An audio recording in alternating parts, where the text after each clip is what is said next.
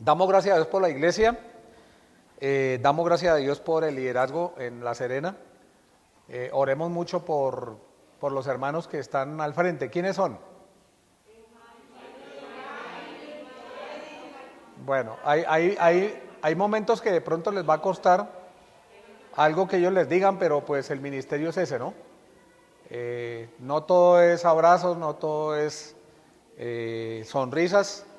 Hay épocas en las cuales también hay que marcar cosas y a los ancianos de las iglesias debemos orar por ellos, por Eddie, por Jaime y por Dubancito, porque ellos tienen la responsabilidad delante de Dios, ¿no?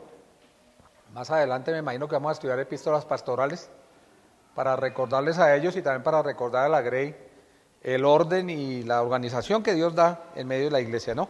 En esta semana me pasó algo un poco chistoso.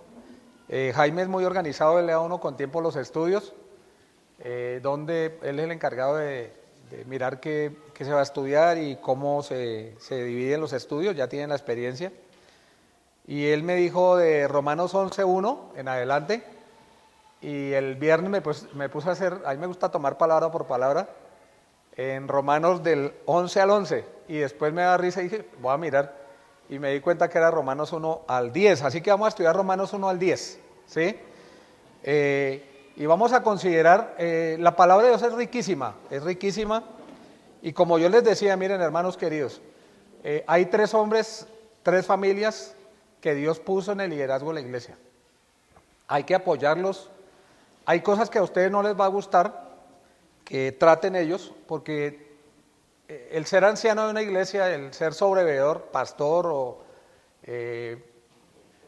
esos son los 3 nombres, implica un compromiso y a veces decir cosas que no les va a gustar a algunos. Pero donde no hay dirección sabia, caerá el pueblo. Y entonces, yo he aprendido en mi vida cristiana, Dios me permitió desde muy joven ser anciano porque Dios lo permitió. Y he aprendido eso, ¿no? Hay momentos en los cuales hermanos se molestan por las palabras duras o porque no se les dijo lo que querían, sino todo lo contrario, porque la Biblia es clara. Pero después agradecen, ¿no? Después agradecen y también lo digo por ellos para animarlos, ¿no? La iglesia va a crecer conforme a lo que Dios que agregue. Nuestra tarea no es atraer a personas, sí, debemos predicar el evangelio. Dios es el que pone personas. Y en la medida que Dios ponga más personas, más responsabilidad para ustedes. ¿Sí? Pero gracias a Dios por eso, ¿no? Vamos a ver, ahora sí, capítulo 11, versículo 1. Y la primera, sí, Romanos, capítulo 11, versículo 1. Y comienza con una palabra, digo, ¿sí? Y la palabra digo significa discurso sistemático. ¿Están siguiéndome? Discurso sistemático significa que se va a dar algo de menos a más para explicar. Y yo no voy a tomar estos textos y pasar rápidamente dando una explicación superficial. Vamos a mirar el por qué está aquí, en qué contexto estamos para poder, en primer lugar, entender lo que el escritor dice. Pero también entender por qué lo dice. Porque a veces entendemos lo que dice, pero no el por qué. Y es muy importante saberlo. En capítulo 11, versículo 11, está la misma palabra comenzando. Digo, ese discurso sistemático que Pablo, como maestro a la iglesia de Dios que puso para dar la directriz, utiliza. Y ahora sí, vamos a ver 2 verdades hoy, ¿sí? La primera verdad, Dios no ha rechazado a Israel. Uno se pone a leer estos textos, muy por encima saca una conclusión, ya Israel fue rechazado. Pero también vamos a ver por qué Israel fue rechazado como nación. Y en primer lugar vamos a ver, versículo 1 dice, digo pues, ¿ha desechado Dios a su pueblo? Una pregunta. La palabra desechado significa Dios ha empujado afuera a Israel y ahora trata solo con los gentiles. Es lo que quiere decir el escritor aquí. O sea, Dios ha rechazado a Israel porque se le ocurrió. Vamos a explicar que no fue porque se le ocurrió, hay una razón. Dice, digo pues, ha desechado, ha empujado Dios ha desechado fuera, pero miren lo que dice aquí en cuanto a Dios y su corazón para con el hombre. En este caso con una nación que comenzó a tratar desde Génesis. ¿Con quién? Abraham. Vete de tu tierra, de tu parentela, a una tierra que te mostraré. ¿Y qué hizo Abraham? Se fue. Y dice que sin fe es imposible agradar a Dios. Y Abraham es el padre de la fe, tanto de la iglesia como de los israelitas. Hablo en general, como lo menciona la Escritura. Pero miren lo que dice aquí un calificativo. ¿Dios a quién? Su propio pueblo. Habla de pertenencia. Habla de ese corazón que Dios tiene hacia la humanidad, pero en este caso a Israel. Los pactos. Duancito ha sido muy sistemático, él es muy cuidadoso en eso, y él ya explicó de los pactos, ¿cierto? Ya pasó por los pactos, ya ahorita está en Apocalipsis. El domingo que vine me gozaba de ver, escuchar de lo que estaba explicando en Apocalipsis. Hay pactos que Dios hizo, ¿qué? Eternos. Y uno de ellos es el pacto con Abraham. Y ese pacto se va cumpliendo y se va a terminar de cumplir. Así que Dios no desechó a Israel. Y Dios hizo un pacto con Abraham. Dice el texto, digo pues, ¿ha desechado Dios a su pueblo? En ninguna manera. En ninguna manera. Y el primer argumento que Pablo menciona diciendo eso, que Dios no ha rechazado a Israel, está en la misma persona de Pablo. Y Pablo mismo dice, porque yo, o más bien, porque también yo soy ¿qué? Israelita. Y él pasó a ser parte de la iglesia. Pablo, siendo judío, dice, porque yo soy ¿qué? Israelita. Pero hay un detalle que podría mencionarlo y que de pronto no queda. Así que lo voy a explicar con el texto bíblico, o los textos, hay muchos textos. Dice aquí el texto, porque también yo soy israelita de la descendencia, ¿de quién? Porque a Abraham fueron hechas las promesas. ¿Y a quién? A su descendencia. A su descendencia. Y Romanos lo repite. Pero ¿qué más dice? De la tribu de Benjamín. Soy israelita. Primeramente, no es un prosélito. ¿Qué es un prosélito? Alguien que es gentil, o sea, de otra nación diferente, que se hace judío por amor a Dios. Y se cuenta como judío, pero es un prosélito. Entonces, en primer lugar, Pablo no es un prosélito. Y él aclara, soy de la tribu, ¿de quién? De Benjamín. De Benjamín. Y para eso tenemos que ir al Antiguo Testamento. Sin afanes vamos a tomar, a ver, voy a poner aquí una hojita para poder señalar esta página que vamos a volver. Hoy vamos a ver algunos textos del Antiguo Testamento. Primera de Reyes, capítulo 2. Primera de Reyes. Espero que estén bien presentes en todo lo que vamos a explicar, que son bastantes cosas, pero que van a enriquecer el conocimiento con una base sólida para no aprender conceptos, sino ir más allá de esos conceptos y ver la raíz de dónde vienen esos conceptos que son verdad. ¿Sí? Primera de Reyes, capítulo 2, versículo 1. Llegaron los días en que David había de morir. Tenía 70 años, según la Biblia. Era un anciano. Estoy en Primera de Reyes, o estamos, capítulo 2:1. Y ordenó a Salomón su hijo diciendo, yo sigo el camino de todos en la tierra. ¿Cuál es el camino de todos en la tierra, a menos que Cristo venga? La muerte. Ahora vimos pasar, hace poquito estoy enseñando hogar cristiano, los martes, y miramos Eclesiastés detalle con detalle, y uno de los textos habla de cómo va el hombre casi ya arrastrando sus pies. Ahora cuando íbamos, me comí un helado con mi esposa, le dije, vamos a comer un helado mientras llegamos, y pasó un señor ahí, le dije, uy, ya está como nosotros, ya está un poco, está más viejo que nosotros, le dije, vamos camino a eso. Y David, cuando era ancianito, le pusieron una mujer virgen para que lo calentara, en el texto que ustedes ven en su ancianidad. Ahora él de 70 años, hay muchos de 70 años como Manuelito fuertes, pero es que David fue un guerrero que sufrió muchísimo. Y el desgaste de David, ninguno de nosotros lo ha tenido físicamente hablando. Y dice aquí, sigo el camino de algunos hombres.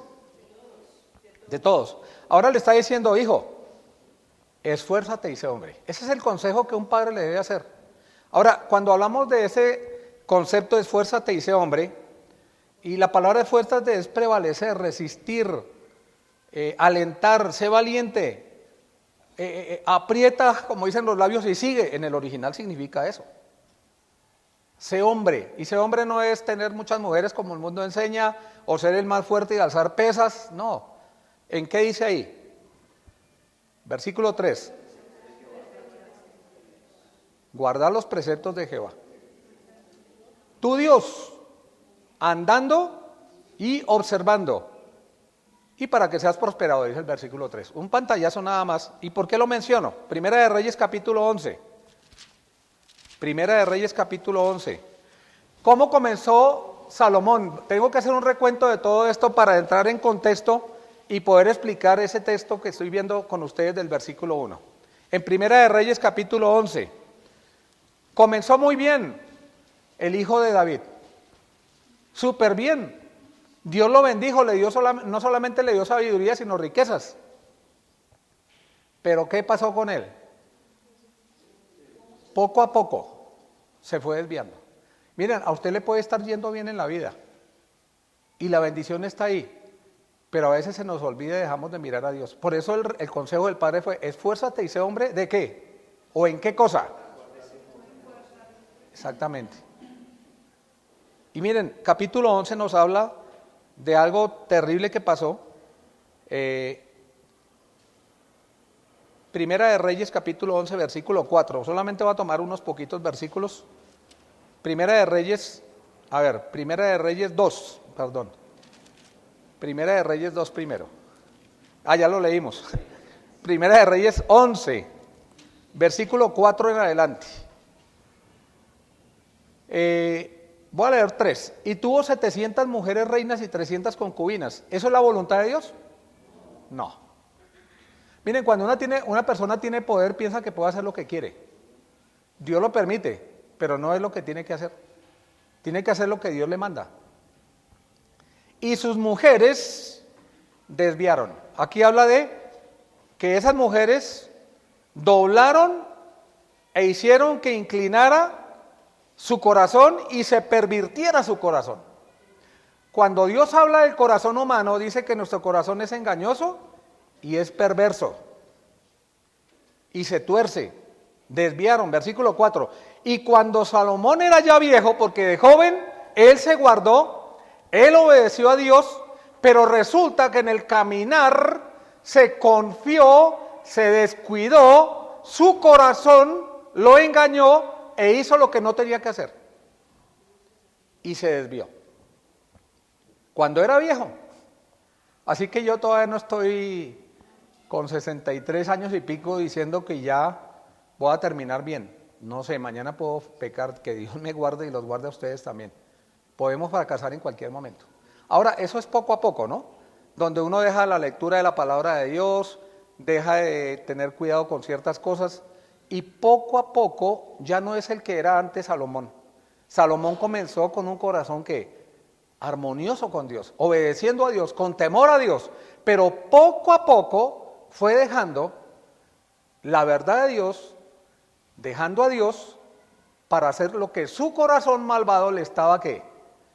Señalando, satisfacer sus deseos. Y eso sucede no en un día para otro, sino poco a poco. ¿Cómo está su andar hoy, mi querido? ¿Cómo está andando usted con el Señor hoy? Y dice el texto ahí, sus mujeres inclinaron su corazón tras dioses ajenos y su corazón no era perfecto con Jehová su Dios.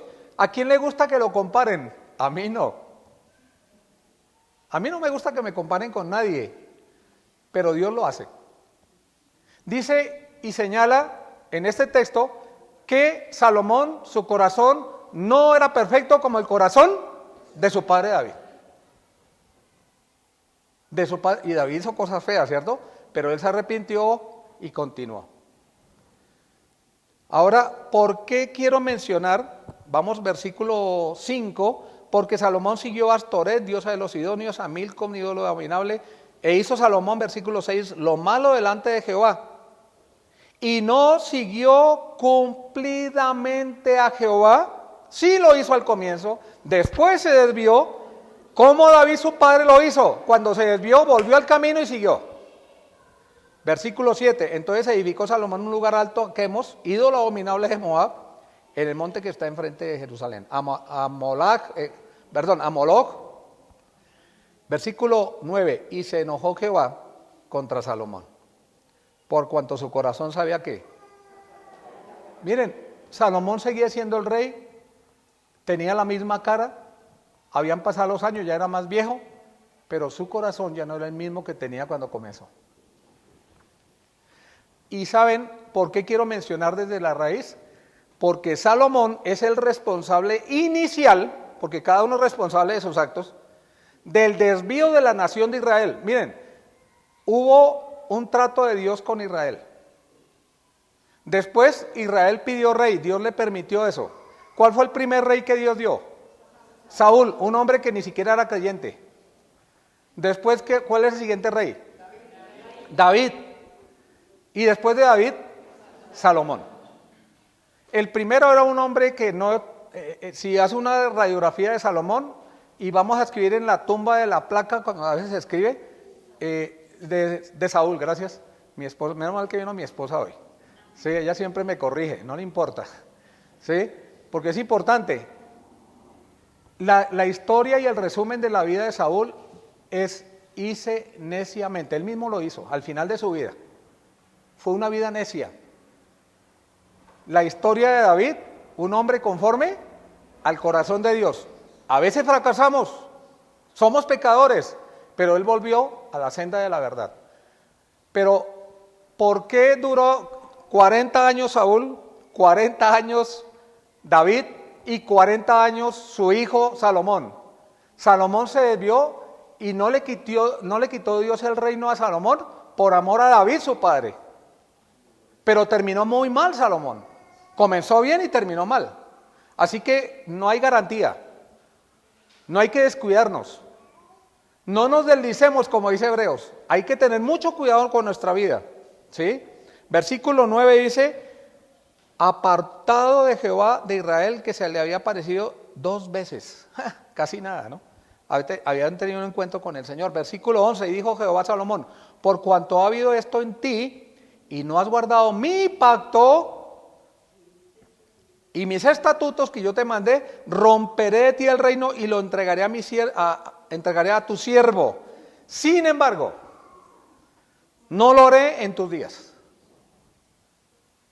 Por amor a ti, por amor a David. Miren, qué bueno que un padre clame por sus hijos, ¿no? Ahorita está orando por Oscar, porque él tiene que enseñar. Y Dios escucha, y Dios tiene compasión y misericordia. ¿Sí? Primera de Reyes, capítulo 12. Vamos avanzando. ¿Para qué? El auditorio en el cual la iglesia primitiva eran casi la mayoría judíos, y estas verdades estaban claras en la mente de ellos, pero no en nosotros. Y por eso tomo mi tiempo para explicarlo. Primera de Reyes, capítulo 12, versículo 21. ¿Sí? Dice, Primera de Reyes 12, 21. Y cuando Roboam, ¿quién es Roboam? ¿El hijo de quién?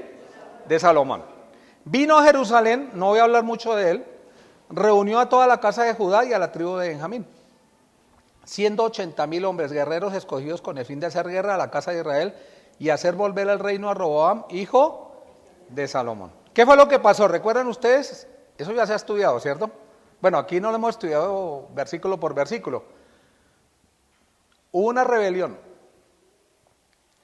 Roboam hizo muy mal, no voy a explicar los detalles, y el pueblo quedó, la nación quedó dividida en 2.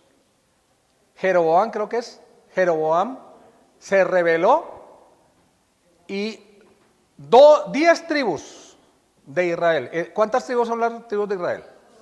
12.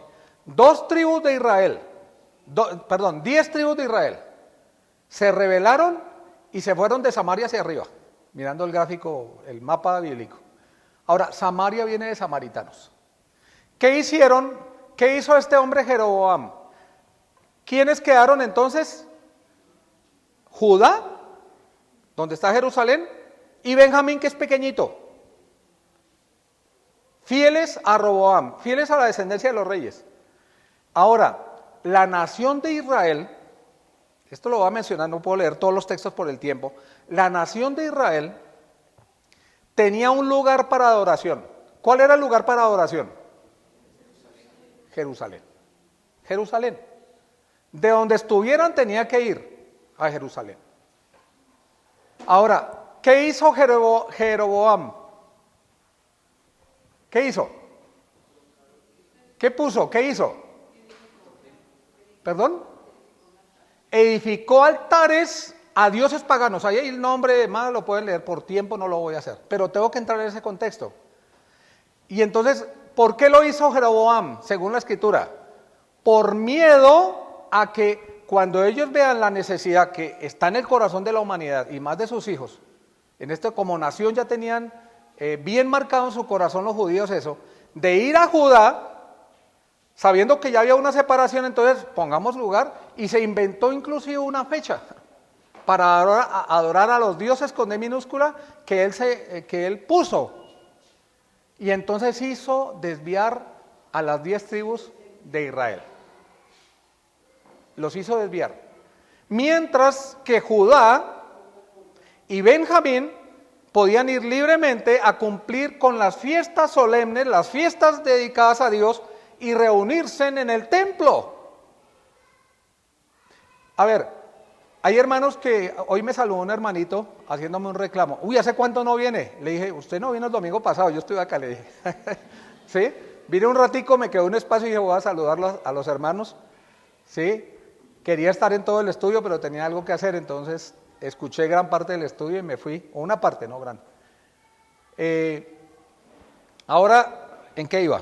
Me pasa seguido, para no perder. Bueno, sí. Judá y Benjamín tenían contacto constante con el Señor. Las 10 tribus del norte, principalmente en Samaria, por eso hoy viene el concepto de ¿qué? Samaritanos. ¿Sí? ¿Lo están siguiendo? El concepto de samaritanos. Los samaritanos, más adelante voy a explicar, o de una vez lo voy a explicar, a ellos se le llamó el reino del norte. En el reino del norte hubo 20 reyes. 20 reyes. Y esos 20 reyes, todos, sin excepción, hicieron lo malo delante de Dios.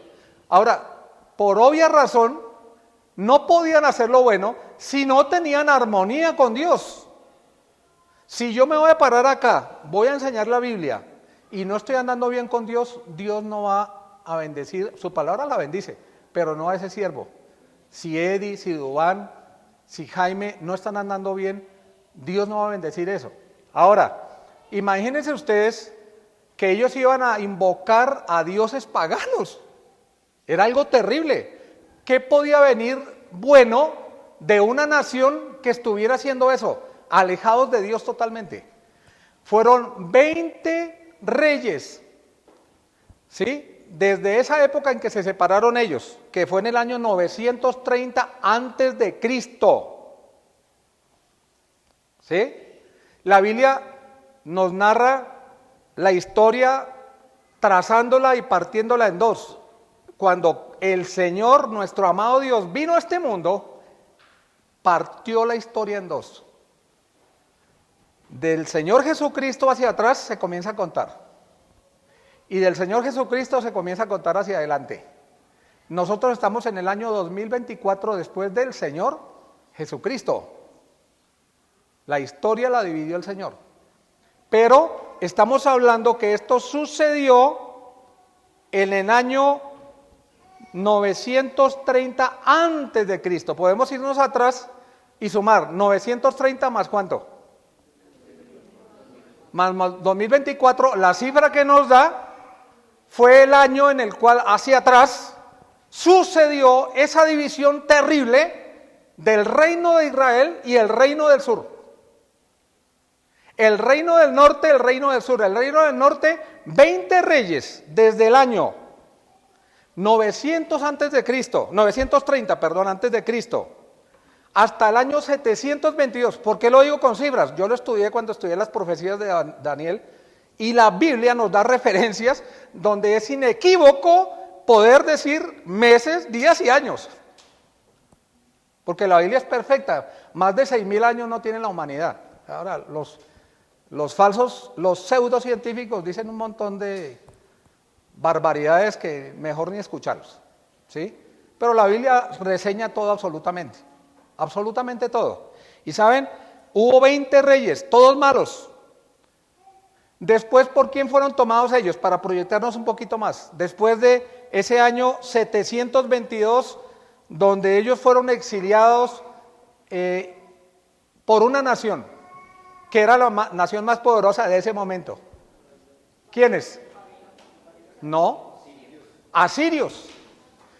Ahora, la mezcla de los asirios y esas otras naciones donde ellos fueron, con esos judíos de las 10 tribus de Israel, hoy en día los identificamos como ¿qué? Samaritanos. Y los judíos, que son de la tribu de Judá y de la tribu de Benjamín, miraban con desprecio, como desleales, como perros, que le decían a los samaritanos.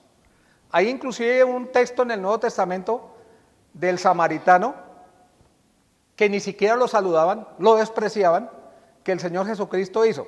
¿Recuerdan ustedes, no? No lo voy a explicar por tiempo, pero sí me parece muy importante hacerlo como Dios me está guiando a hacerlo. Ahora, el reino del sur. En el año 722 a.C., el reino del norte, que se había alejado de Dios, fue tomado por los asirios. La división sucedió en el año ¿qué? 930 antes de Cristo.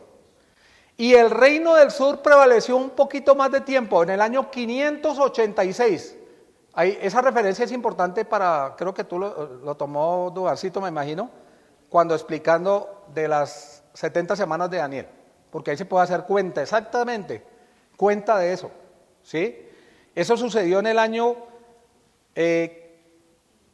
586, ahí sí como decía Nidecita, en el año 586 los babilonios, tomaron ¿qué? Judá. Y Daniel siempre salía a orar porque había una promesa que después de ¿cuánto tiempo? 70 años, iban a volver. Iba a volver la nación de Israel, los judíos, ¿sí? Ahora, ¿por qué quiero mencionar esto? ¿Qué dice el texto que estamos estudiando? Digo pues, ¿ha desechado Dios a su pueblo, su propio pueblo? ¿Qué dice? En ninguna manera. Hay promesas, hay pactos. Dios los va a cumplir. Dios ama a Israel. Es más, hay unas promesas que Dios hace en base a los pactos hechos. El que maldiga a Israel o el que bendiga a Israel. Cuando nuestro presidente lo hizo en ignorancia, no es creyente obviamente, yo clamaba a mi Señor, Padre, tómalo para Él, pero no es nuestra nación la que está clamando por eso, como nación, porque Dios va a tratar con todo el que maldiga a Israel, porque hay pactos eternos que Dios tiene con Israel, y Dios lo sigue cumpliendo, ¿sí? Ahora, vamos a Primera de Reyes, ya lo leí. ¿Están hasta ahora conmigo o lo estoy confundiendo? ¿Sí? ¿Fui claro? Bueno, ¿por qué es importante? Vamos ahora sí al versículo 1. Digo pues, ¿ha desechado Dios a su pueblo? En ninguna manera. Porque también yo soy, ¿qué? Israelita. De la descendencia de Abraham, a quien se le hicieron los pactos, de la tribu de Benjamín. ¿Qué es lo que está diciendo él? Yo soy de aquella tribu que permaneció fiel en ese tiempo. Yo soy de ese grupo de personas. Yo no soy un prosélito, o sea, un gentil que se hizo judío. No, soy judío, como él mismo dice, hebreo de hebreos ante la ley, fariseo. Él era viudo, la conclusión la saco porque era viudo, porque él dio su voto.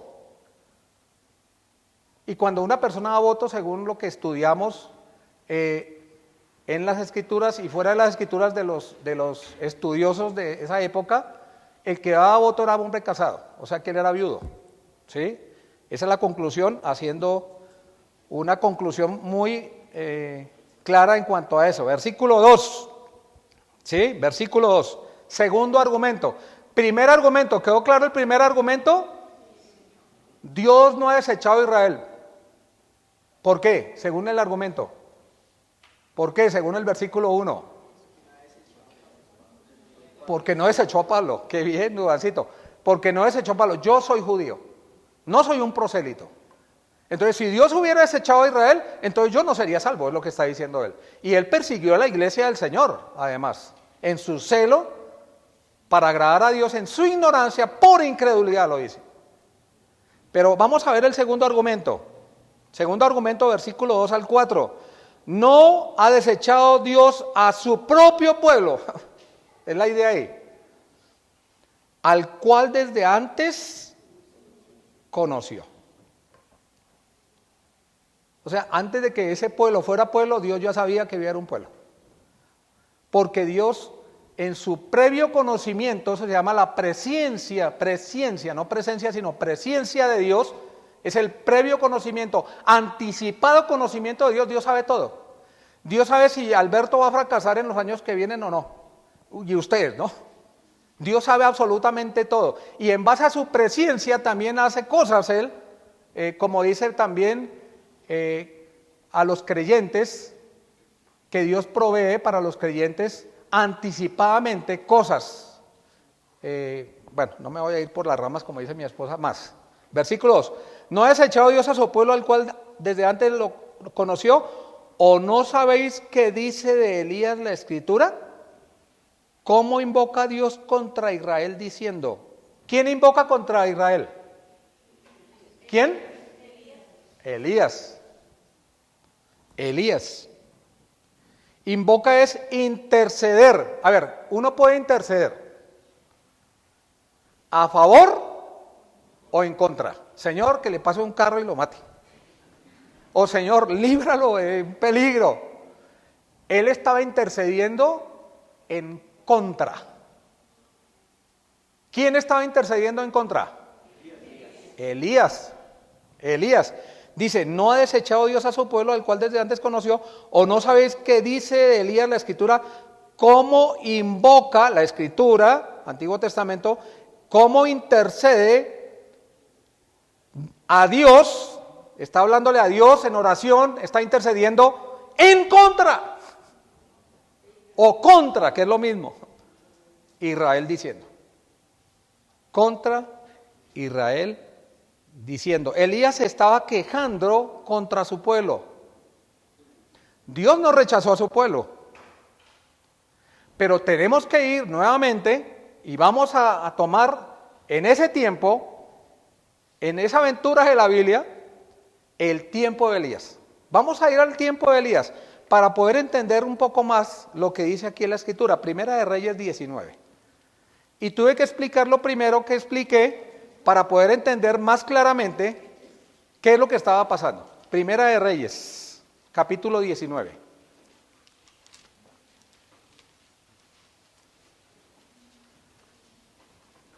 Y vamos a ver desde el versículo 1, vamos a leer más o menos bastantes versículos, 18, para poder entender eso. Acab dio a Jezabel la nueva de todo lo que Elías había hecho. ¿Quién era Acab? Era un rey. ¿De dónde? ¿Del norte o del sur? ¿Del norte quiénes eran? Las 10 tribus del norte. Que hizo lo malo delante de Dios. Ahora, ¿y quién era esa bella mujer Jezabel? La esposita de él. Que casi que quien gobernaba no era Acab, era Jezabel. Era Jezabel, ¿cierto? Bueno, ya estamos. Acab dio a Jezabel la nueva de todo lo que Elías había hecho y de cómo había matado a espada a todos los profetas. A ver, Elías ténganlo en mente, Elías era un profeta de Dios, tremendo profeta de Dios, fiel al Señor. Cuando Elías Dios le llevó, ¿quién lo sucedió? Eliseo, que hizo más milagros, Dios a través de Eliseo que de Elías. Y Eliseo era un hombre tremendo, un carácter fuertísimo. Ahora, dice aquí el texto, y de cómo había matado a espada a todos los profetas. Entonces envió Jezabel a Elías un mensajero. ¿Quién envió a quién? Aquí todo está al revés, ¿no? Todo está al revés. A ver, la mujer que se pone sobre el hombre, ¿qué va a pasar en ese hogar? Un desastre total, ¿no? Diciendo, así me hagan los dioses y aún me añadan los dioses que ellos se han inventado, Jeroboam, y que seguían adorando a Milco, y hay un montón de dioses ahí que no voy a mencionar, pero que ustedes lo pueden leer. Así me hagan los dioses y aún me añadan, si mañana a estas horas yo no he puesto tu persona como la de uno de ellos. Viendo pues el peligro, se levantó y se fue para salvar su vida, y vino a Beerseba, que está en Judá, y dejó allí a su criado. A ver, ¿quién huyó? ¿Quién fue el que huyó? Elías. Y él se fue por el desierto un día de camino y vino y se sentó debajo de un enebro y deseando morirse dijo, basta ya, oh Jehová. Hay momentos, miren, de desánimo, hermanos. Elías era un hombre fiel al Señor. Y él dijo, Señor, ya no más. ¿Cuánto caminó? Un día. Yo tengo problemas con las venas cuando camino rápido, con las venas, con las válvulas de las venas. Cuando camino rápido siento alivio. Aquí, por ejemplo, ustedes me ven caminando ya, y tengo media doble, por si no sabían, para poder tener la sangre dando vueltas. Pero yo me acuerdo una vez que hubo una estrellada tremenda por la 80, y estaba sin carro, y tenía un compromiso en Cota. Me bajé y caminé como 3 horas y pico. Y a las 3 horas y pico dije, Señor, yo me voy a tirar por ahí a algún lado, yo no me aguanto esto. Ahora, ¿sabe lo que es caminar un día? Pero rápidamente, porque sabe que lo pueden, ¿qué? Lo están buscando para matarlo, en angustia, un día, al sol, tal vez sin comida. Vivamos el pasaje, al vivir el pasaje vamos a entender un poquito lo que estaba viviendo este hombre de Dios, ¿sí? Dice, así me hagan los dioses y no mañana, versículo 3, ¿íbamos? 4. Y él se fue por el desierto un día de camino y vino y se sentó debajo de un enebro, y deseando, ¿qué? ¿Usted ha deseado morirse alguna vez en su vida? Bueno, más o menos ubíquense. Muchos no, yo sí también lo he deseado alguna vez. ¿Sí? No es fácil llegar a un punto de desear morirse. Entendamos la condición de la persona. Él deseaba morirse. No como esos que, ay, yo me quiero morir, pero es para presionar al otro, manipular al otro. No, él deseaba morirse, dice la Escritura. Dijo, basta ya, oh Jehová, quítame la vida, pues no soy yo mejor que mis padres. Y echándose debajo del enebro se quedó dormido. Y aquí, luego un ángel le tocó y le dijo, levántate y come. Miren la misericordia de Dios con sus siervos. ¿Recuerdan al Señor Jesucristo cuando en angustia brotaba de su cuerpo grandes gotas de sangre? Y Dios le envió, ¿qué? Mensajeros para consolarle. El único lugar donde no consolaron a nuestro amado Señor Jesucristo fue, ¿qué? En la cruz, donde el Padre volteó su rostro porque cargó todos nuestros pecados. Pero Dios es muy bueno y a sus siervos Dios los sustenta, los guarda. Versículo 6. Entonces él miró y aquí a su cabecera una torta cocida sobre las ascuas. ¡Ay, comida! 24 horas sin comer, ahora sí, comida hay. Y una vasija de agua, y comió y bebió y volvió a dormirse. Voy a morirme, pero ya con la panza llena. Esa es la idea. Y volviendo el ángel de Jehová la segunda vez le tocó diciendo, levántate y come porque largo camino te resta. ¡Uy! Largo camino te resta. ¡Qué tremendo! Servir a Dios implica pagar un precio. Algunos piensan que servir a Dios es muy suave, muy fácil. No, hay que pagar un precio para servir al Señor, si se quiere ser fiel. Porque hay hombres que se acomodan a cualquier cosa y terminan no sirviendo a Dios. El siervo de Dios, una característica es sufrido, dice la Biblia, es sufrido. Versículo 8, vamos a leer, les dije hasta el versículo 18. Se levantó pues y comió y bebió, fortaleció con aquella comida, caminó 40 días y 40 noches hasta Horeb, el monte de Dios. ¡Wow! El monte de Dios. ¡Qué espectacular! Caminó 40 días, pero llegó al monte de Dios, versículo 9, y allí se metió en una cueva donde pasó la noche y vino a él palabra de Jehová. Qué tristeza uno ve en los libros de los jueces, donde dice que la palabra de Dios escaseaba. Cuando uno está en armonía con Dios, hay armonía con la palabra de Dios. Dios le habla. ¿Cuándo fue la última vez que Dios le habló a usted? No que escuchó un mensaje, no que leyó la Biblia, que le habló Dios a usted. Dios le habla a uno y dice, uy, esto, Señor me habló de esto a mí, qué peso en mi corazón. ¿Cuándo fue la última vez que Dios le habló a su vida? El cual le dijo, ¿qué haces aquí, Elías? Él respondió, he sentido un vivo celo por Jehová, Dios de los ejércitos, porque los hijos de Israel han dejado tu pacto. ¿Es verdad o no? Sí. ¿Han derribado tus altares? ¿Es verdad? Sí. Y han matado a espada a tus profetas. ¿Es verdad, sí o no? Y solo yo he quedado y me buscan para quitarme la vida. Elías tenía una convicción, era el único fiel. Él pensaba eso. ¿Estaba mintiendo? No, él estaba diciendo la verdad, según él. Era lo que él estaba pensando. ¿Sí? Dice, y él le dijo, sal fuera y ponte en el monte delante de Jehová, y aquí Jehová que pasa y un grande y poderoso viento que rompa los montes, versículo 12, tras el terremoto un fuego, es tremendo. 13, y cuando él oyó a Elías, cubrió su rostro con su mano y salió y se puso a la puerta de la cueva, y aquí vino a él una voz diciendo, ¿qué haces aquí, Elías? 14, él respondió, he sentido un vivo celo por Jehová, Dios de los ejércitos. Versículo 15, y le dijo Jehová, ve, vuélvete por tu camino por el desierto de Damasco, y llegarás y ungirás a Hazael por rey de Siria. Versículo 17, y el que escapare de la espada de Hazael, Jehú lo matará, y el que escapare, etcétera. Versículo 18, y yo haré que queden en Israel, ¿qué dice? 7,000 rodillas. 7,000 rodillas. ¿Qué más dice el texto? Que nunca lo han hecho. No es que volvieron, se arrepintieron, no. Nunca han doblado su rodilla. Vamos al texto, Romanos capítulo 11, versículo 3. Dice al final del 2, como invoca, intercede a Dios contra Israel. No a favor, sino en contra de Israel, diciendo, Señor, a tus profetas han dado muerte y tus altares han derribado y solo yo he quedado y procuran matarme.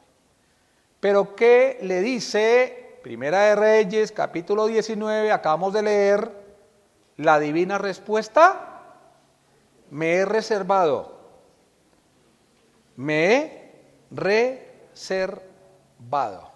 que significa dejar abajo detrás. O sea, nadie sabía, pero Dios lo sabía. La Biblia dice que Dios lo sabe todo. En el Salmo 139, el salmista David, terminando toda la argumentación, habla de la omnisciencia, omnipresencia de Dios, habla del embrión, vieron tus ojos. Bien que en oculto fui formado. Tal conocimiento es maravilloso, es demasiado, dice, no maravilloso, demasiado maravilloso para mí. Alto es, no lo puedo comprender. A ver, dice el salmista en el Salmo 139, en el versículo 1, 2, 3, bueno, habla de si yo subiese a las alas, o sea, a lo más, allá tú estás. Antes de proferir palabra, tú lo sabes todo. Antes, mi sentarme y mi levantarme, tú lo sabes. Elías no sabía. Elías era honesto en pensar que era el único fiel. Es como nosotros aquí pensar que en la iglesia de La Serena somos los únicos fieles. No, miren hermanos, hay otros hermanitos fieles, muy seguramente no conocidos, porque muchas veces los que son conocidos son aquellos que ya han vendido muchas cosas y son populares, en lugares sencillos, que aman a Dios, como nosotros los amamos. ¿Sí? Y Dios siempre guarda un remanente fiel. A mí me molesta tanto de algunos escritores que dicen que el tiempo de cuando vino la Reforma, ¿sí? que cuando vino la reforma, entonces la iglesia volvió, y como le decía yo a Sergio en esta semana hablando, entonces de la reforma para atrás, por muchos años, no había iglesias fieles. Mentira. ¿Quién le habló a estos hombres que hicieron la reforma? Entre comillas, que ellos estaban muy desviados en cosas aún. A Calvino y a, ¿cómo se llama el otro? Lutero, que tenían muchas cosas que no tenían claras. Hombres de Dios, iglesias locales muy sencillas que habían seguido la verdad de Dios porque la iglesia prevalece y la Biblia lo prometió. La iglesia ha prevalecido desde el año que comenzó en Hechos capítulo 2, la predicación de Pablo, donde llegaron más de 3,000 judíos, y ha continuado hasta el día de hoy. No ha habido paréntesis, mis queridos. No nos equivoquemos ni sigamos esos conceptos totalmente errados. Hay 7,000 hombres, dice el Señor, que no han doblado sus rodillas ante Baal. Eso nos anima, ¿cierto? Eso nos tiene que animar. Nos tiene que animar. Dice versículo 3, Señor, a tus profetas han dado muerte. Versículo 4, pero ¿qué le dice la divina respuesta? ¿Qué dice la divina respuesta? Me he reservado, significa dejar abajo o detrás, 7,000 hombres que no han doblado la rodilla delante de Baal. Miren, en este tiempo hay un remanente fiel, todavía, de judíos, creyentes. Hay judíos que predican en Jerusalén la iglesia del Señor, la verdad de Dios. ¡Qué gozo! Judíos, conozco algunos por nombre, que predican a Cristo con claridad, como nosotros lo hacemos, que reconocen que Cristo es Dios. ¿Sí? Así, versículo 5, también aún en este ¿qué? Tiempo ha quedado un remanente, o sea, hay un restante, hay un residuo, es la idea en el original, hay un residuo de judíos hoy en día que están ¿qué? Fielmente al Señor. Alabado sea Dios. Los pactos de Dios se cumplen. Dios ama a Israel y el que se meta con Israel no le va a ir bien. Debemos bendecir a Israel, eso es un principio. Y dice el texto además, escogido, la palabra escogido significa selecto, por gracia. Es por gracia, y eso lo explica más adelante un texto que es casi un trabalenguas, pero que tenemos que entenderlo. No sé si mencionarlo, ¿ya cuánto tiempo voy? Voy en menos de la mitad. Bueno, Hechos capítulo 2, bueno, ya resumí algunas cosas, pero no quiero, Hechos, vamos a ver el comienzo de la iglesia, un pantallazo rápido. Hechos capítulo 2, versículo 1. Cuando llegó el día de Pentecostés, era la fiesta de las semanas, eso ya lo explicamos, ya estudiamos el libro, lo he hecho acá, ¿cierto? La fiesta de las semanas, donde los judíos y prosélitos judíos también, que se hacían judíos, de diferentes lugares, como dice en el contexto, partos, medos, elamitas, los judíos venían en esa fecha y se reunían en Jerusalén, porque el lugar de reunirse era Jerusalén. Es como la iglesia decir, vamos a reunirnos todos en La Serena, y todos tenemos que ir. No, no es así. Hoy en día las iglesias están en cada lugar, la iglesia de Éfeso, Esmirna, bueno, cada iglesia. Y de repente vino, bueno, hasta dejo ese versículo y nos salteamos, versículo 14. Entonces Pedro, poniéndose en pie con los 11, él llevó la iniciativa, como siempre, ¿no? Para hacer, él era así, impulsivo. Alzó la voz y les habló diciendo, hacía unos poquitos días él había negado al Señor. El Señor lo vio cuando cantó el gallo la tercera vez y Pedro lloró amargamente. Cuando ya el Espíritu Santo ya está en él, él dio su vida, él murió por causa de Cristo. El único que no murió torturado fue Juan, ¿sí? Y dice, varones judíos y todos los que habitáis en Jerusalén, esto sea notorio y oíd mis palabras. Versículo 22, varones israelitas, ¿están siguiéndome? ¿Varones qué? Israelitas. Porque ahí se menciona que unos de partos, medos, elamitas de Mesopotamia oían las maravillas de Dios, hablando de las lenguas. Pero eran lenguas de ¿qué? De esos lugares pero eran judíos prosélitos algunos o judíos que regresaban a su nación. Estamos en el contexto. Ese día solamente llegaron judíos a la salvación, ese día. Es más, Pedro, más adelante vemos que el Señor le dice, Pedro, mata y ¿qué? Come. ¿Y qué dijo Pedro? Señor, no, no Señor. Le dijo al Señor así. ¿Por qué? Como uno inmunda. Pero ¿cuál era la enseñanza? Hay un gentil allá que hace limosnas y ora. Yo quiero que, porque algunos dicen, pero es que si una persona tiene corazón para Dios, Dios le va a enviar a alguien. Así sea en la selva, estoy seguro, porque Dios es misericordioso.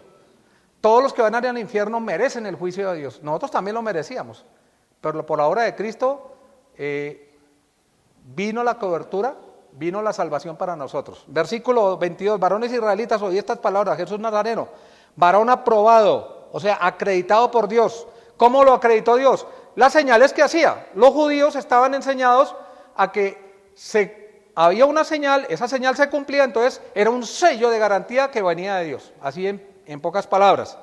Vamos más adelante, versículo 30. Pero siendo profeta y sabiendo que con juramento Dios le había jurado que de su descendencia en cuanto a la carne levantaría al Cristo para que se sentase en su trono, viéndolo antes habló de la resurrección de Cristo, que su alma no fue dejada en el Hades, ni su carne vio corrupción. A este Jesús resucitó, de los cuales todos nosotros somos testigos, así que exaltado a la diestra, etcétera. Versículo 36. Sepa pues, ciertísimamente toda la casa de ¿qué? De Israel. Toda la casa de Israel. Que a este Jesús, a quien vosotros crucificasteis. Qué tremendo, ¿no? Ahora, qué valiente. Le está diciendo, ustedes participaron cuando dijeron, su sangre sea sobre nosotros y nuestros hijos. Y ha sido así, se cumplió. El holocausto, la persecución y odio a los judíos, es porque Dios lo permite que ellos mismos se echaron esa maldición. ¿Sí? Y dice, a quien vosotros crucificasteis, Dios le ha hecho Señor y Cristo. Al oír esto es posterior a la resurrección, había pasado la resurrección, donde Cristo se presentó con pruebas indubitables, dice la Biblia, a más de ¿cuántas? 500 personas. Ahora, la historia cuando Cristo murió se dividió en dos, antes de Cristo, después de Cristo. Nadie puede negar la muerte de Cristo, pero algunos querían negar ¿qué? La resurrección. Y el mismo Señor dijo que al tercer día iba a ser levantado, sin ver corrupción. ¿Y qué hicieron los judíos, los líderes religiosos? ¿Qué le dijeron a Pilato? Pongan guardia, porque él dijo que iba a resucitar. Y la tumba está vacía después de eso. Hasta el día de hoy, ¿no? Sigue vacía. Pero muchos querían ocultar la resurrección de Cristo. En Romanos capítulo 4, versículo 25 al final dice que Cristo resucitó para nuestra justificación. Si Cristo no hubiese resucitado, vana es entonces nuestra fe y vana nuestra predicación. Estamos en nuestros pecados, dice Pablo argumentando, en base a un argumento equivocado, de si no hubiese resucitado Cristo, ¿qué sería de nosotros? Versículo 37, al oír esto, estos hombres que escucharon y algunos vieron al Cristo resucitado, se compungieron. La palabra compungir significa fueron atravesados en lo más hondo de su corazón. Se agitó su corazón violentamente y quedaron heridos en vivo. ¿Saben lo que es una herida en vivo? El dolor que menciona la Escritura de que estos hombres, al ver a un hombre del vulgo con tanta claridad hablar de Cristo, hervía su corazón. ¡Qué tremendo! Y entendieron, dice ahí el texto, se compungieron de corazón y dijeron a Pedro y a los apóstoles, varones hermanos, ¿qué haremos? ¿Qué haremos? Cristo es Dios. Dice, arrepiéntanse, bautícese, eso es algo que los judíos tenían que hacer, no voy a explicarlo por tiempo. Es conmovedor. Vamos al texto. Dos argumentos. Primer argumento, yo soy de la tribu de Benjamín. Dios no ha desechado a su pueblo. Segundo argumento, dice aquí el texto, Vamos, versículo 5. Así también aún, no solo en el pasaje del profeta Eliseo, ¿sí? Donde habían 7,000 hombres allá escondidos, anónimos, que eran fieles al Señor. Hoy en día también, hoy en día, alabados al Señor, hay judíos que son salvos. Y dice, así aún en este tiempo ha quedado un remanente escogido, selecto por gracia. Por gracia. Y aquí viene el juego de palabras que le decía yo. Y si por gracia, ya no es por obras. De otra manera, la gracia ya no es gracia. Y si por gracia es mediante la bondad de Dios inmerecida, lo que está diciendo él. ¿La gracia de Dios qué es? Dios en su bondad nos ofrece lo que nosotros no merecemos, un regalo, la vida eterna. Dice, y si por obras ya no es gracia, ¿sí? No es por buenas acciones. Miren, en el corazón del hombre, si ustedes leen en el libro de los Hechos, que ya los estudiamos y recuerdan, de eventos, por ejemplo Nicodemo. Nicodemo era un hombre que tenía un corazón inclinado a Dios. Nicodemo llegó a Cristo. Nicodemo se fue de noche por temor, es una conclusión que saco yo y muchos escritores, de no ser visto. ¿Y qué le dijo al Señor Jesucristo? Sabemos. O sea, había un comentario de Timoteo con otros hombres, estudiosos de la Biblia del Antiguo Testamento, pero esto es Dios porque miren los milagros que hizo. Pero ¿qué le dijo cuando el Señor le dijo tienes que nacer de nuevo? ¿Qué dijo este hombre, Nicodemo? ¿Cómo puedo? ¿Qué tengo que hacer para ser salvo? No, es por gracia. La salvación no la merezco ni la gano. ¿Me explico? La salvación es un regalo, entonces como es un regalo es por gracia, por medio de la fe obviamente, porque sin fe es imposible agradar a Dios, pero no es por obras o por lo que yo haga esto. ¿Se acuerdan el hombre rico que hacía limosnas y el Señor le dijo, bueno, entonces haz esto, conociendo, porque Dios conoce todo, ¿no? Vende lo que tienes, vende tus posesiones, ven y sígueme. Digo, claro Señor, yo lo voy a hacer porque te quiero la vida eterna. No, es que no era por obras, pero Dios quería mostrarle a él algo. ¿Cómo se fue ese hombre? Triste. ¿Por qué se fue triste? Porque amaba más el dinero que a Dios. ¿Quién es el primero en su vida? ¿Es Dios o es su esposa, su hijo, trabajo, dinero, la salud? No, debe ser Dios. Y Dios no negocia su gloria con nadie. El primer lugar lo debe tener Dios en la vida del creyente. Seguimos, vamos a otros textos. Versículo 7 sería. Versículo 7. ¿Qué pues?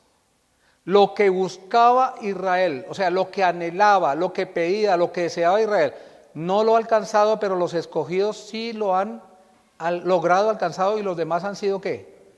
Endurecidos. Ahora, esta palabra endurecidos tenemos que entenderla bien, ¿sí? Hay muchos textos, yo no sé si mencionarlos solamente, cómo uno se puede llegar a endurecer, ¿sí? Bueno, voy a seguir avanzando en el texto y si veo que puedo lo explico, si no lo dejamos. Ahora, ¿por qué uno se puede endurecer en su corazón? ¿Recuerdan, por ejemplo, de Éxodo? Éxodo, ¿sí se acuerdan de Éxodo cuando Moisés tenía instrucciones de parte de Dios? Lo voy a mencionar nomás, por tiempo. Lo tenía ahí escrito, pero si me pongo a leerlo, saben que después van a decir ya no pongo más cuidado y siga hablando. En Éxodo, Dios le dijo a Moisés, vas a liderar para sacar ¿a qué? A Israel de la esclavitud. Y entonces fue a un hombre, ¿cómo se le llamaba a este hombre? Faraón. Deja ir a mi pueblo para servirle, para que me sirva. ¿Qué hizo Faraón? Endureció su corazón. Miren, cuando uno oye la palabra de Dios, y le puede pasar a un creyente, ¿yo? Y no hace caso, Dios le habla a usted a su corazón, Dios me habla a mí, y usted no hace caso a lo que Dios le habla, su corazón se va ¿a qué? Endureciendo. Eso en el contexto del creyente. En el contexto de los incrédulos, Dios le habla de la salvación a un incrédulo, él rechaza y su corazón se va ¿qué? Endureciendo. Se va endureciendo. Y sucedió así con cada plaga. Y endureció su corazón. Endureció su corazón. Ahora, Hebreos capítulo 11,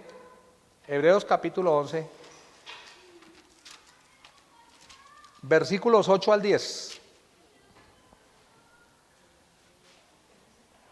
Dice, por la fe habitó como extranjero en tierra prometida, como en tierra ajena, morando en tiendas con Isaac y Jacob, coherederos de la misma promesa. ¿Por qué? Esperaba la ciudad que tiene fundamentos, cuyo arquitecto y constructor es Dios. Estoy leyendo Hebreos 11, 8 al 10, ya lo leí. Bueno, dice el texto aquí, versículo 7, ¿qué pues? Lo que buscaba Israel no lo ha alcanzado, pero los escogidos sí lo han alcanzado o logrado, y los demás fueron ¿qué? La palabra endurecidos acá significa fueron necios, se encallecieron, ¿sí? Se encallecieron ellos. Y puede sucederles a cualquiera. Romanos capítulo 4, hablando de la salvación, Romanos capítulo 4, versículo 1. Ahí, el texto que estamos leyendo dice, y si por obras ya no es por gracia, de otra manera la obra ya no sería obra. En este caso, la gracia de Dios no sería lo que realmente es, inmerecida y gratuita. Miren, a las personas que no han escuchado el Evangelio, les predicamos que la salvación es un ofrecimiento gratuito de Dios y les parece una locura. Y ese argumento lo está explicando Pablo aquí. Y en Romanos capítulo 4, versículo 1 dice, ¿qué pues diremos que halló Abraham nuestro padre según la carne? Porque si Abraham fue justificado por las obras, tiene de qué sacar pecho y gloriarse. Es que yo hice esto por Dios, entonces entra y participa del cielo. No, pero no para con Dios. Se podrá gloriar con otros, con él mismo, en su ego, pero no delante de Dios. Porque ¿qué dice la Escritura? Que es la que finalmente es fuente en la revelación de Dios para crear convicción en nuestro corazón. Creyó Abraham a Dios, eso está ahí en Génesis capítulo 15, y le fue contado le fue atribuida la justicia divina a Abraham por haber ¿qué? Creído. Y la ratifica en capítulo 17 de Génesis. Mas al que no obra, versículo 4, pero al que obra no se le cuenta el salario como gracia, sino como ¿qué? Deuda. Mas al que no obra, sino cree, la salvación es por medio de la fe únicamente.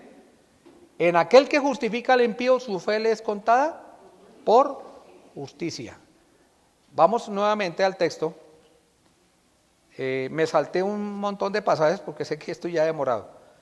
Versículo 8, como está escrito, Dios les dio espíritu de estupor, o sea, picazón, letargo, ¿sí? Es lo que está diciendo el texto aquí. Ojos con los que no vean y oídos con los que no oigan hasta el día de hoy. Hasta el día de hoy. Miren, cuando una persona rechaza a Cristo, ya no escucha. Ya no escucha, ¿sí? Y vamos a ver un poquito acerca del endurecimiento desde el versículo 8, ya lo estamos hablando. Vamos a Éxodo, ya lo mencioné, Romanos capítulo 1 mejor. Romanos capítulo 1, que ya estudiamos ese libro hace poco tiempo. Versículos 24 al 26. A ver. Un resumen de los textos que mencioné muy de carrera y me perdonan, pero si sigo explicándolo con cada detalle sé que me va a pasar mucho de tiempo. El endurecimiento ocurre, escuchen bien, en base a los textos vistos, cuando resistimos a la palabra de Dios, cuando resistimos a sus caminos. Dios dio la orden a este faraón que mencioné ahora, deja ir a mi pueblo. No le dijo, ¿será que tú puedes ir? No le estaba pidiendo permiso. Dios le está dando una orden de que dejara ir a su pueblo y tuvo que mandar esas 10 plagas. Y su corazón cada día fue más que endurecido. Endurecido. Cuando Dios está hablando a su vida, preste atención y obedezca. Si usted no obedece a Dios y yo, va a endurecerse su corazón y el mío. Debemos tener un corazón como a David, un corazón que conforme al corazón de Dios. Cuando él fue confrontado por este hombre profeta, ¿qué dijo él? ¿Se defendió? ¿Argumentó? ¿Qué hace usted cuando la confrontan o lo confrontan? ¿Argumenta o reconoce?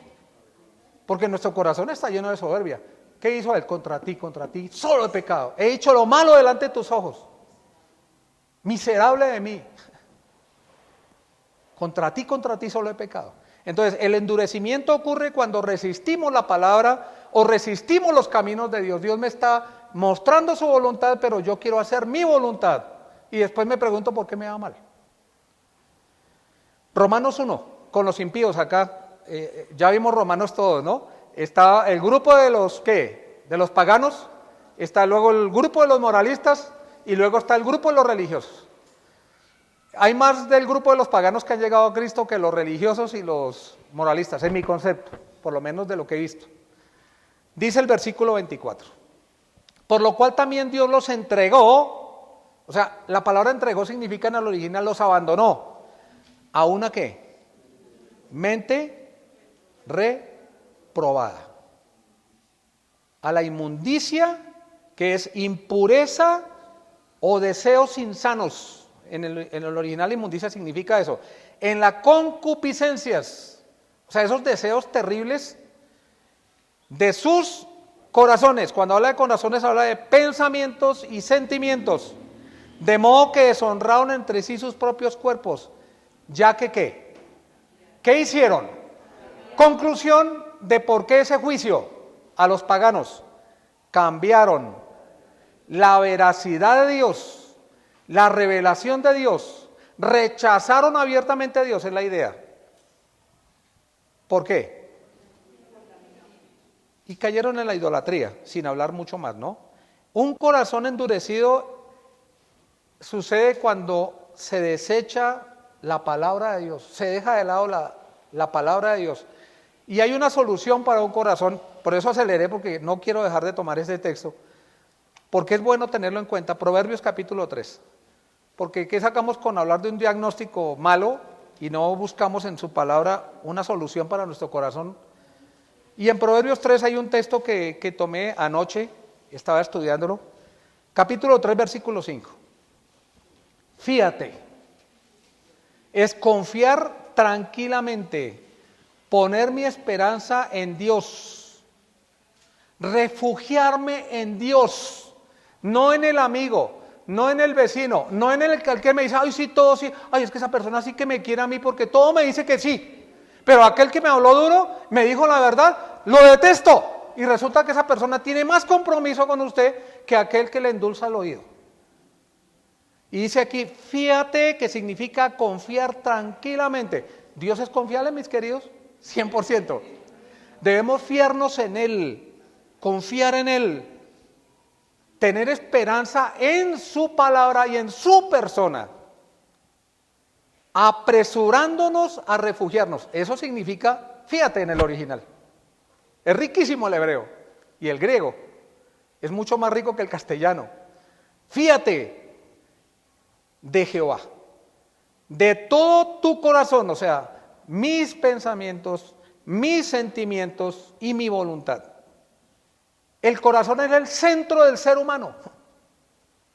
Fiémonos de Dios. Y contraste, mucho cuidado, es lo que tienes que hacer. Ahora, lo que no tienes que hacer es lo siguiente. No te apoyes. No te sostengas por ti mismo. No descanses en lo que tú crees que vas a hacer. Eso significa en el hebreo, no estoy inventando nada. No te apoyes en tu propia prudencia. Es entendimiento, inteligencia. No es que si yo hago esto, miren, yo soy un necio a veces. Hago planes. Yo soy un soñador todavía, aunque soy un viejo. Y Dios a veces me estorba y como que no entiendo, intento. Y hasta que digo, Señor, gracias. Gracias por tu paciencia. Si no fuera por tu paciencia y me dejas tomar esas decisiones, ¿a dónde voy a parar? Después me voy a lamentar, pero gracias, Señor.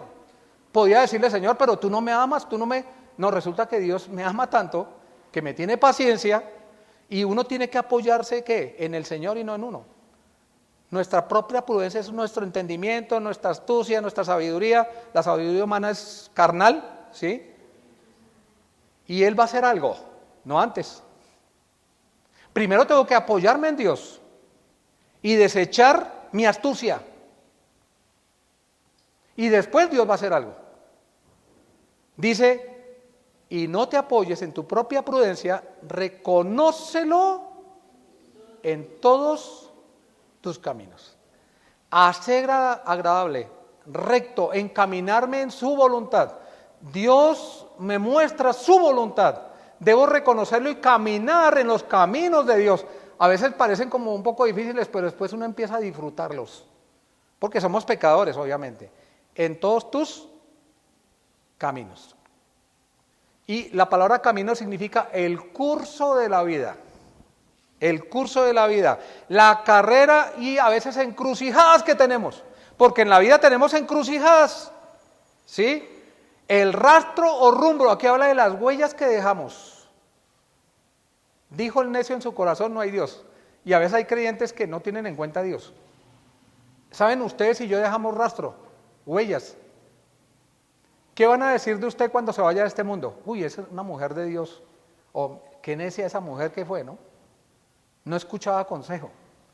Nosotros vamos a dejar un rastro, una huella, ¿sí? Dice el versículo 7. No seas sabio, versículo 6 al final, y Él enderezará tus veredas.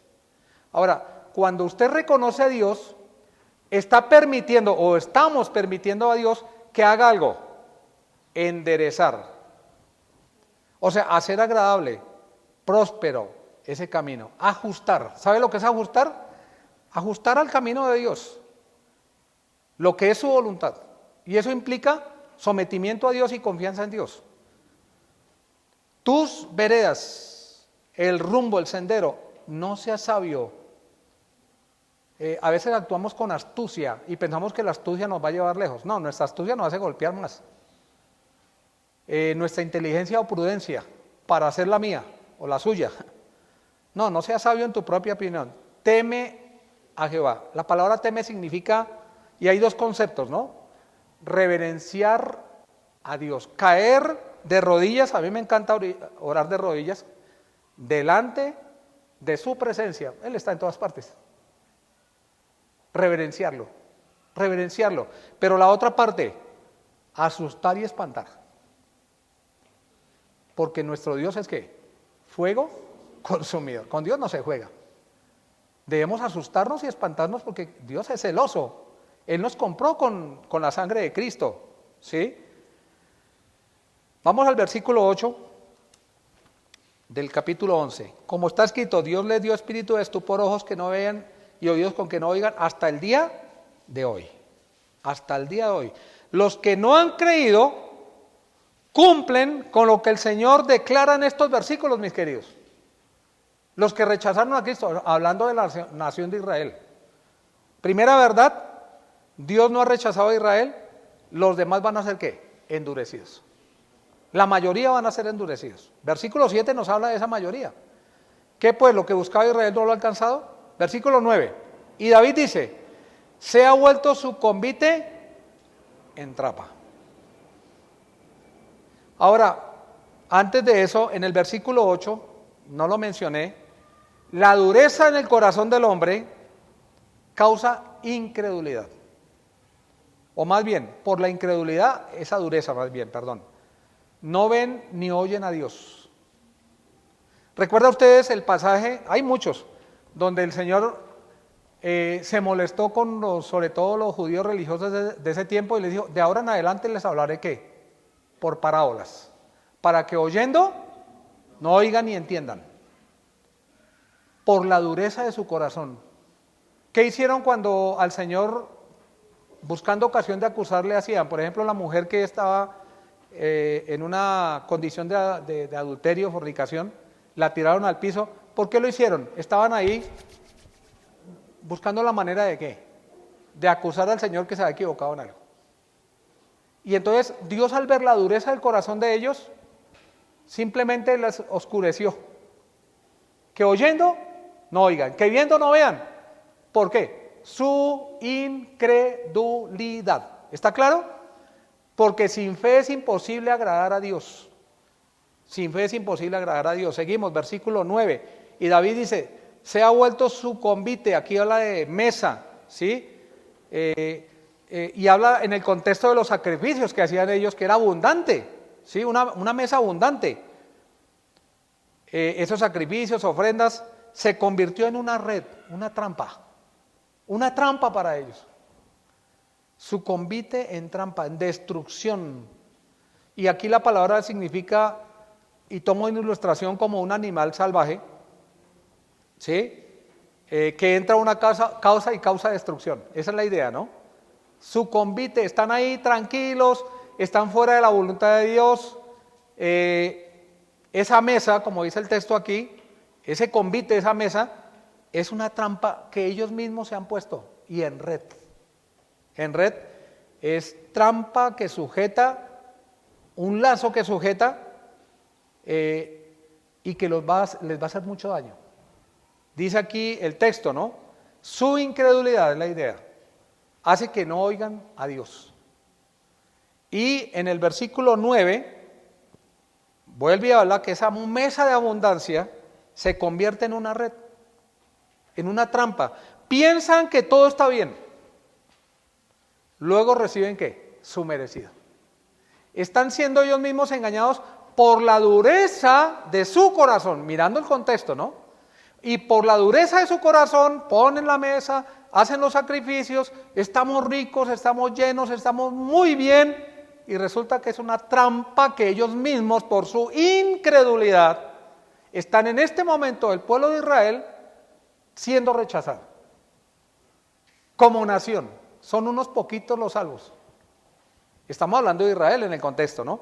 Como aplicación, nosotros también podemos, de alguna manera, pensar que estamos bien, porque hay abundancia, porque hay cosas que nos gustan, pero resulta que mi comunión, mi confianza en Dios no está en armonía con lo que dice la Biblia. ¿Sí? Versículo 10, ¿cierto? El último versículo.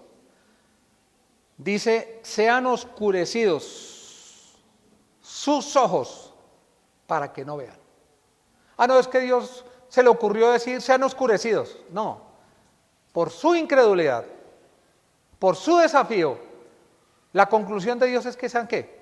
Oscurecidos sus ojos para que no vean, y agóbiales, o sea, afligir y doblar la espalda para siempre. Quedan como ciegos, no pueden ver, ¿sí?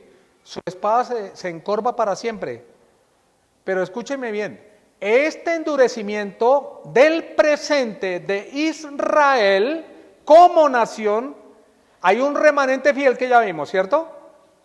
Así como este profeta pensaba que él era el único que quedaba siendo fiel, Dios le dijo, tengo escondidos, aquí guardados, detrás mío en el original, 7,000 hombres. Hoy en día hay hombres judíos que son salvos, pero es un remanente muy pequeño, solamente un remanente muy pequeño.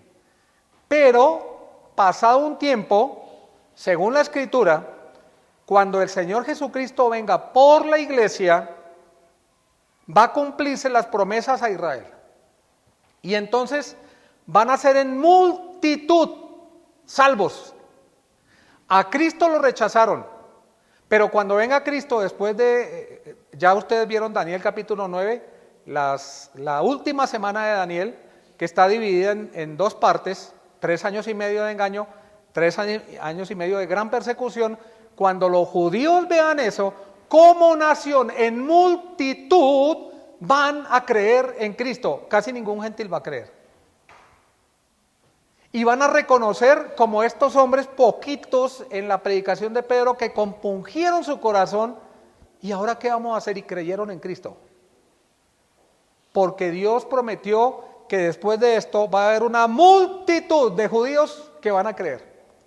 Pero ese tiempo no ha llegado. En este momento están ¿qué? En un endurecimiento en parte, porque no han creído que Cristo es Dios. No han creído que Cristo es Dios. Un texto, Mateo capítulo 13. Mateo capítulo 13, versículo 10. Dice el texto, Mateo 13, 10. Entonces acercándose los discípulos dijeron, ¿por qué les hablas por parábolas? Él respondiendo les dijo, porque a vosotros os es dado saber los misterios ¿de qué? El reino de los cielos, mas a ellos no les he dado, porque cualquiera que tiene se le dará y tendrá más, pero al que no tiene aún, lo que tiene se le quitará. Por eso les hablo por parábolas, porque viendo no ven, ni oyendo no oyen, ni entienden, de manera que se cumpla en ellos la profecía de Isaías que dijo, de oído oiréis y no entenderéis, y viendo veréis y no percibiréis. ¿Por qué razón? ¿Porque Dios no quiso? No, porque el corazón de este pueblo sea ¿qué? Engrosado, y con los ojos oyen pesadamente y han cerrado sus ojos, para que no vean con los ojos y oigan con los oídos, y con el corazón entiendan y se conviertan, y yo los sane. Pero el corazón de Dios es que sean salvos, pero han engrosado su corazón, ¿sí? Como estudié el capítulo 11, del 11 en adelante vamos a estudiarlo, no, solo voy a hacer una mención que tiene que ver con este tema, capítulo 11, 11. Digo pues, ha tropezado los de Israel para que cayesen en ninguna manera, pero por su transgresión vino la salvación a los gentiles para provocarles a celos. Han tropezado, en el original lo va a explicar quien enseñe, creo que es Jaime, pecar y errar. O sea, han pecado, es la idea. ¿Sí? Versículo 12, y si su transgresión, ¿sí? Esa manera que erraron intencionalmente, no hay excusa para ellos, eso es lo que significa transgresión, es la riqueza del mundo. O sea, nosotros, hoy en día en Efesios dice la Escritura, que Dios tomó de dos pueblos e hizo un pueblo. Los que estaban lejos, los gentiles, y los que estaban cerca, los judíos, y formó un solo pueblo. Versículo 15. Porque si su exclusión como nación en general, que es el presente de Israel, ese rechazo, esa pérdida de ellos, es la reconciliación, o sea, la restauración del mundo, ¿qué será su admisión? ¿De quién está hablando? De los judíos. Admitir para amistad, es en el original, admitir para amistad, sino vida de entre los muertos. Ese es el corazón de Dios. Y termino con el versículo 19 y 20. Una mención nomás, ¿no? Pues las ramas dirás, fueron desgajadas para que yo fuese injertado. Nosotros estamos en ese árbol que pone como ilustración, siendo injertados, pero ellos son las ramas naturales, los judíos. Nosotros fuimos injertados, eso lo va a explicar Jaime, ¿sí? Dice, pues las ramas dirás fueron desgajadas para que yo fuese ¿qué? Injertado. Bien, por su incredulidad fueron desgajadas. ¿Se dan cuenta? Para que no quede dudas de todo el contexto que estamos viendo, ellos han sido rechazados como nación en general, aunque hay un remanente fiel todavía, por su incredulidad, porque sin fe es imposible agradar a Dios. Pero miren el mensaje para nosotros. Bien, versículo 20, por su incredulidad fueron desgajadas, pero tuvo aplicación para nosotros. ¿Qué dice? ¿Por qué estamos en pie, mis queridos? Ah, no, es que usted es muy inteligente. Jaime, pues por la barba y todo se corta bien, entonces ahí él está en pie por eso. O por la fe. Por la fe. Si no tenemos fe en el Señor y su palabra, es imposible agradarle. Por la fe. Estás en pie. Una advertencia. Note que ensoberbezcas si no teme. Y en el 23, y aún ellos si no permanecieran en incuridad serán injertados, pues Dios, pues poderoso Dios, ¿para qué? Y es lo que va a pasar, volverlos a injertar. La mayoría de judíos de la época en el que suceda, después del arrebatamiento y comienza el periodo tremendo, la última semana de Daniel, en multitud van a llegar a Cristo. Van a entender, a él lo rechazaron, pero en este caso lo van a recibir. Van a entender todo, van a clamar, van a lamentarse de haberlo rechazado. Vamos a orar. Voy a pedir a Eddie, esta vez, si por favor nos guían, y que el Señor les continúe bendiciendo, hermanos. Los atropellé un poquito al final, pero quería pasar ese pasaje completo, ¿no? Dios los bendiga.